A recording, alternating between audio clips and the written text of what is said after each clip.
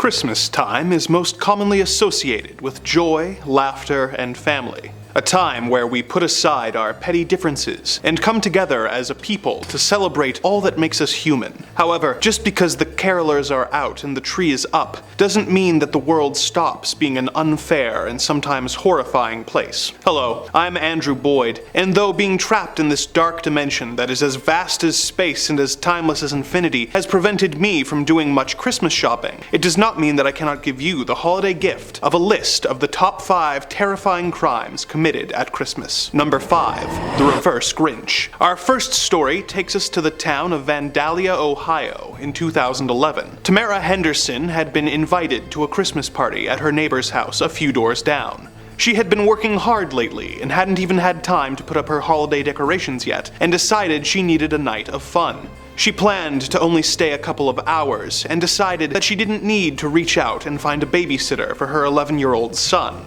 She put him to bed, presumably to dream about sugar plums, locked up the house, and went to make merry with the other adults of the neighborhood. Little did she know, an unnerving crime was about to take place in her home. Her 11-year-old was woken up by the sound of someone breaking into the house and went to investigate. It was not Santa Claus, but what appeared to be a burglar. But strangely enough, this intruder did not seem to be interested in taking any of the valuables in the home. Bizarrely, he seemed more interested in decorating the home. He put up some lights, hung a wreath on the garage door, and then lit some festive candles before turning on a Christmas movie and kicking back to relax. The boy was both terrified and confused at the intruder's bizarre behavior, and phoned his mother at the party to get her to return. She called the police, but before they arrived, the intruder spotted the child. Thankfully, he was not in a violent mood, and instead simply said, "I'm sorry, I didn't mean to scare you, I'll get my things and go." He was arrested and charged with burglary. It turned out that the 44-year-old man had been using illicit substances and had gotten into a festive mood and broke into the house to decorate and relax. Certainly unnerving,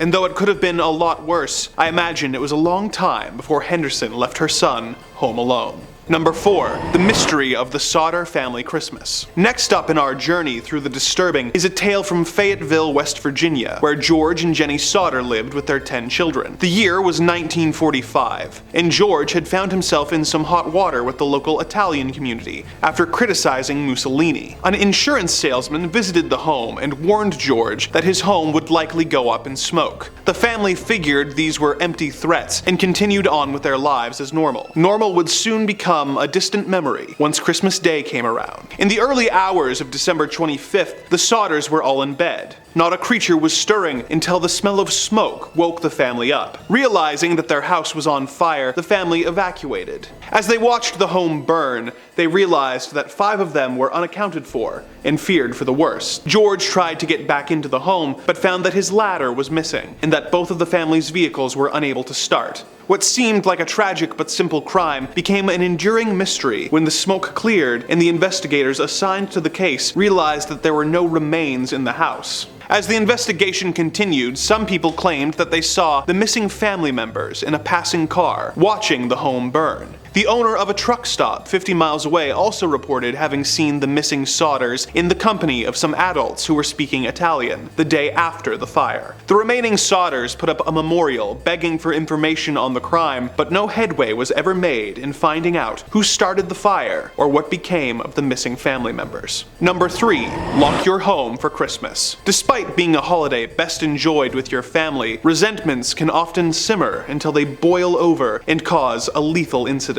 While there are unfortunately plenty of examples of family Christmases that end in bloodshed, I have narrowed it down to just one example from Covina, California, where one disturbed man's rampage and choice of disguise ensured he got his just desserts. In 2008, Bruce Pardo was going through a bitter divorce from his wife, Sylvia. In July, he began putting together a plan to get revenge for the perceived slights against him, and he began stockpiling weapons and constructing a device of his own. This device was designed designed to spray fuel so that Pardo would be able to ignite the scene of his planned crime. In September, he placed an order online for a Santa Claus costume. By December, the divorce was finalized, and by Christmas Eve, Pardo was ready to put his gruesome plan into action. He rented 2 cars and booby-trapped them, leaving one outside his brother's home and the other outside the home of his ex-wife's attorney. He put on his Santa suit and set off for his ex's parents' home, where he knew the entire clan was gathered for holiday celebrations.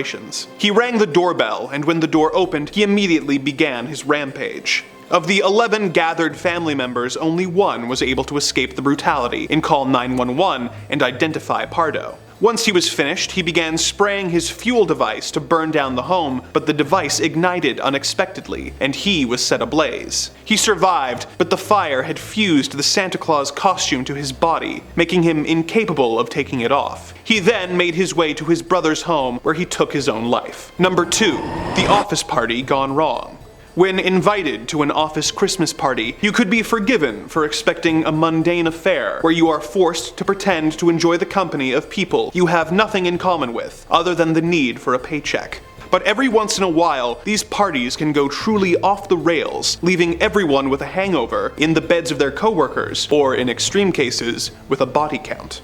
Such is the case in our next tale, which took place on Christmas Eve, 1988, in the city of Los Angeles, California. A group of employees and their spouses were gathered together to celebrate a record-breaking year of profits when armed men took over the festivities. They held the office workers hostage, demanding to be led to the building's safe so that they could abscond with the bearer bonds within. The armed men were being led by a charming, well-dressed European man who led away the workers' boss for a chat. When the boss was unwilling to share the combination, only the intruder returned to the party. The men were professional and well-organized, managing to fend off an entire LAPD SWAT team that had assembled outside the building. When the FBI showed up and cut the power to the building, they didn't realize that they were playing right into the criminals' hands, as the cut power made them able to open the safe and begin removing the valuables within it. Perhaps most terrifying was their plan of escape, which involved leading the hostages to the roof, which they planned to blow up in order to be presumed dead, leaving them to get away scot-free. Fortunately, the husband of one of the hostages was an off-duty police officer who managed to sneak away from the party and take out the criminals one by one. Due to the actions of this one man, the criminals were defeated and most of the hostages managed to survive. The people working at the Nakatomi Plaza were fortunate that this police officer happened to be there. The odds against him were staggering, but he managed to survive, and in an odd twist of fate, would find himself in similar situations 4 additional times, although the quality of those stories would fluctuate wildly. Number 1.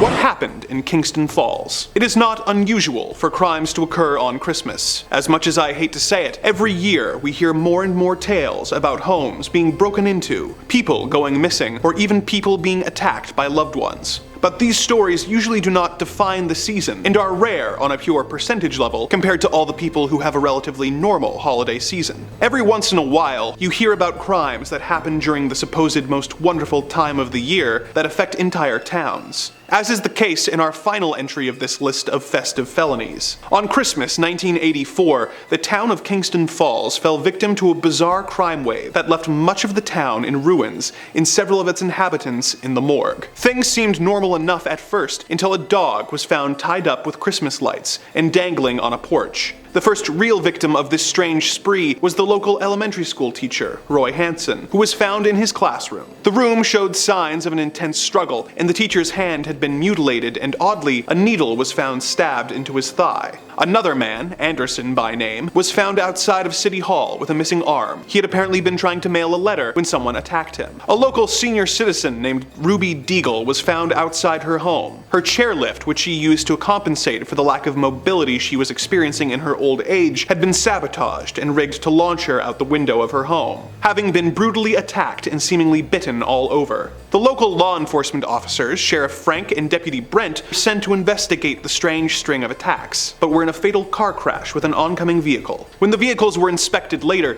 it was discovered that the police cruiser's brake lines had been cut in an intentional act of sabotage. At the same time that this was happening, a local radio DJ, Rockin' Ricky, and his staff were also attacked. As if all this carnage wasn't enough, a local bar was left in ruins, a department store was completely demolished, and the local movie theater was blown up. Who was responsible for this heinous string of crimes? No one was ever caught or charged, and the only thing even close to to a clue was a police report made by a local boy claiming that a series of creatures known as the Mogwai were attacking the town. Of course, such ludicrous claims were written off by the police, but no suspects were ever found. But with no criminals in custody, how long until a new batch of these crimes is unleashed upon an unsuspecting world? Not that time means anything when trapped in a lifeless void with nothing but looped spooky music to keep you relatively sane, but this is my last video before Christmas, so allow me to wish you all a very Merry Christmas. I hope that none of you are captured and taken into a dark dimension where you are then forced to write videos for the dark entities that run this channel. This fate can of course be avoided if you remember to like this video and subscribe. Hopefully I will see you again after the holidays, and I can regale you with more tales of the macabre and the disturbing